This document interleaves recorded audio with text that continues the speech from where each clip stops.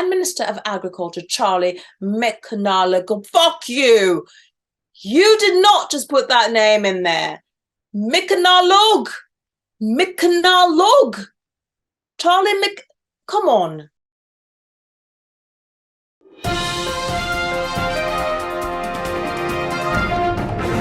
Good morning, good afternoon, good evening, depending on where you are on the globe. I'm Meganne, bringing to you fur by the minute, the fluff, the raw, and sometimes the rough. In this week's fur, pets are children on paper too. Don't count this animal out. Disappearing sharks and the cutest companions. First up, as inflation hits people everywhere, any financial break is welcome.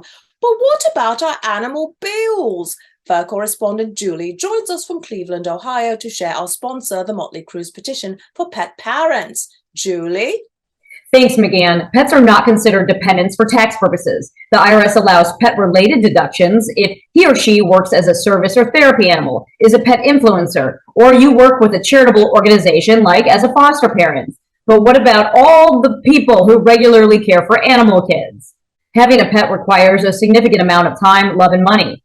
The Muttly Crew addresses this in its petition to create U.S. pet tax credits or deductions that may be applicable to all pet parents. It supports responsible pet parents being eligible for tax incentives to reduce their financial burden. It lists the social and health benefits of having fur kids, improving our quality of life.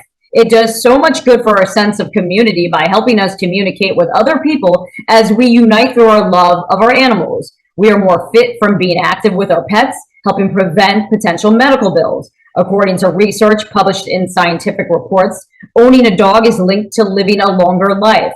Other studies show parents have a lower risk of death due to cardiovascular disease than those who do not own dogs. Meanwhile, the pet industry provides major economic boosters. This market segment continuously proves it is recession-proof as it expands job creation. The number of pets being rescued, adopted, and fostered is rapidly rising. Financial strain is one of the leading causes of owners having to surrender them. The appeal says when it comes to figuring out what the tax credits or deductions should be, let's look at the bills and proof of good care. If you want to check out the petition, go to change.org at the link below. Back to you, Meganne. Sign the petition. Yeah? We all, okay, we agree. Yeah? All right, moving on. Next up, a baby brings hope for a lost species. The scimitar oryx, which was previously declared extinct in the wild, is getting another chance at life. The Lisbon Zoo announced the birth of a baby oryx this week, and zoo biologist Diogo Gomez compared their work to Noah's Ark, saying, "We have males and females here, and we have the chance, after the catastrophe that is the extinction of the animal in its habitat, to have a last hope for this species. The zoo goal is to reintroduce the species into the wild." Next up, a rare shark species will survive. The endangered basking shark has been declared a protected wild animal under the Wildlife Act. The gentle giants, weighing over 1,000 pounds, are most common on the Irish coast and pose no threat to humans with their strict plankton diet. The International Union for Conservation of Nature escalated the species classification from vulnerable to endangered in 2019 for this protection announced by Irish Heritage Minister Malcolm Noonan and Minister of Agriculture Charlie McConnell hopes to save the sharks from extinction. It is now illegal to hunt or injure basking sharks or interfere with their breeding or resting places in any way. Now, we will speak to marine contributor Braden in the Celtic Sea. He's offended that there is such a push to save basking sharks that see jellyfish like him as food. Braden? Hey, Braden. How are you? All right. Oh, looking very, very colourful and fresh and plump and all of that. So you must be feeding very, very well on plankton.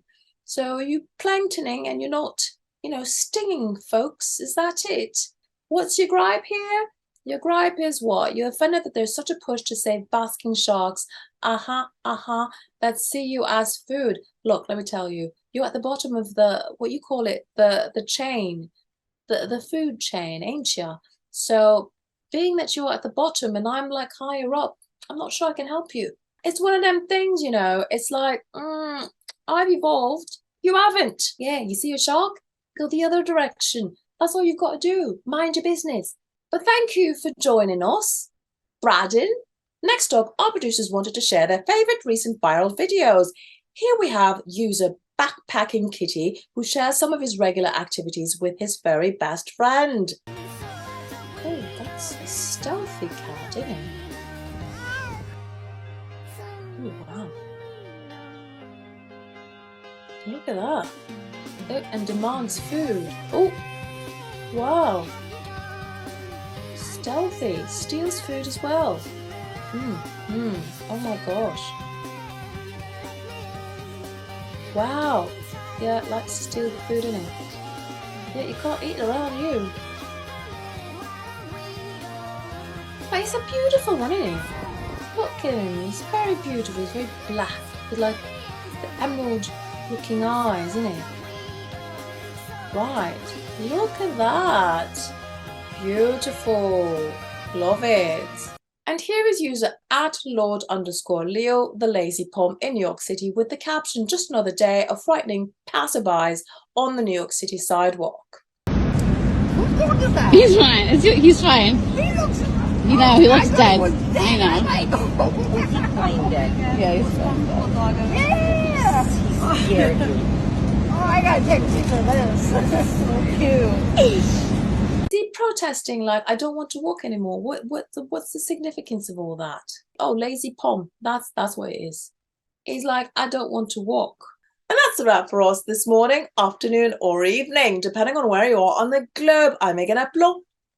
Be sure to sniff out the latest headlines you need to know from the Pandemic Network, brought to you by the Muttly Crew. And if you have feedback or story suggestions, please leave a comment and subscribe, share, and like to the Muttly Crew channel on YouTube for fur and other possum entertainment.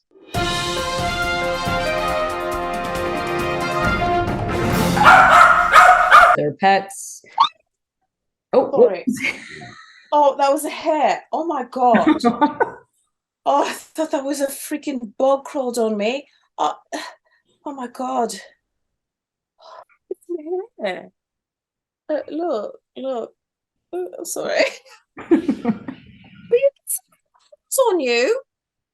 I'm very sensitive. And I've got soft skin, you know.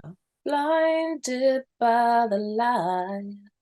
Shamana mana mana in a nana blinded by the light. Wherever they are from has recalibrated itself to sort of learn how to live without the scimitar oryx.